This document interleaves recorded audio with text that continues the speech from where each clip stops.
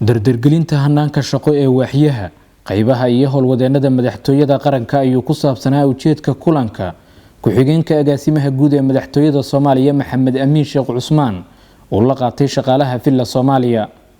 Agaasime Amiin oo uga mahad celiyay madaxda iyo howlwadeennada madaxtooyada shaqada ay qaranka u hayaan ayaa hoosta ka xariiqay in habka kaliya ee howlwadeen ku mutaysan karo dalacsiin iyo shaqo ka tegisba ay tahay aqoonta howlkarnimada iyo hufnaanta shaqo ee uu muujiyo. waxa uuna ku dhiirigeliyay shaqaalaha inay laban dadaalkooda ay qaybta uga yihiin u adeegidda shacabka Soomaaliyeed. Agaasime Amiin ayaana meesha ka saaray in shaqaale ka tirsan madaxtooyada uusan marnaba shaqadiisa ku waayi karin ra'yigiisa gaarka ah ee uu aaminsan yahay.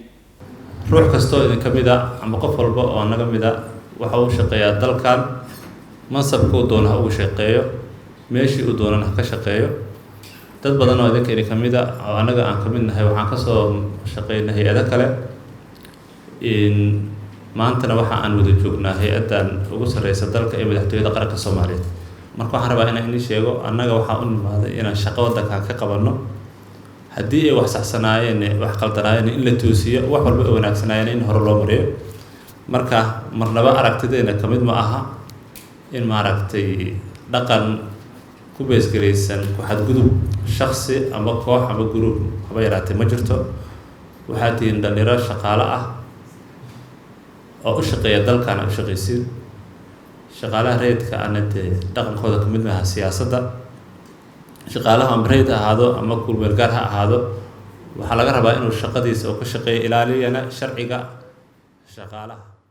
dhankooda agaasimo waaxeedyo madax qaybeedyo iyo howlwadeenno ka tirsan madaxtooyada oo kulanka ka qayb galay ayaa soo dhaweeyay agaasinka cusub ee madaxtooyada Soomaaliya waxayna ballan qaadeen inay labalaabi doonaan shaqada qaran ee ay horey u wadeen.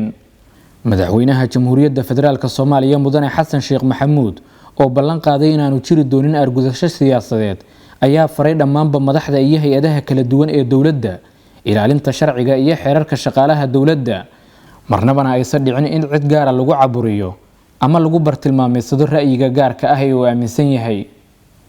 Shucayb Maxamed Cali, warbaahinta qaranka, Villa Soomaaliya.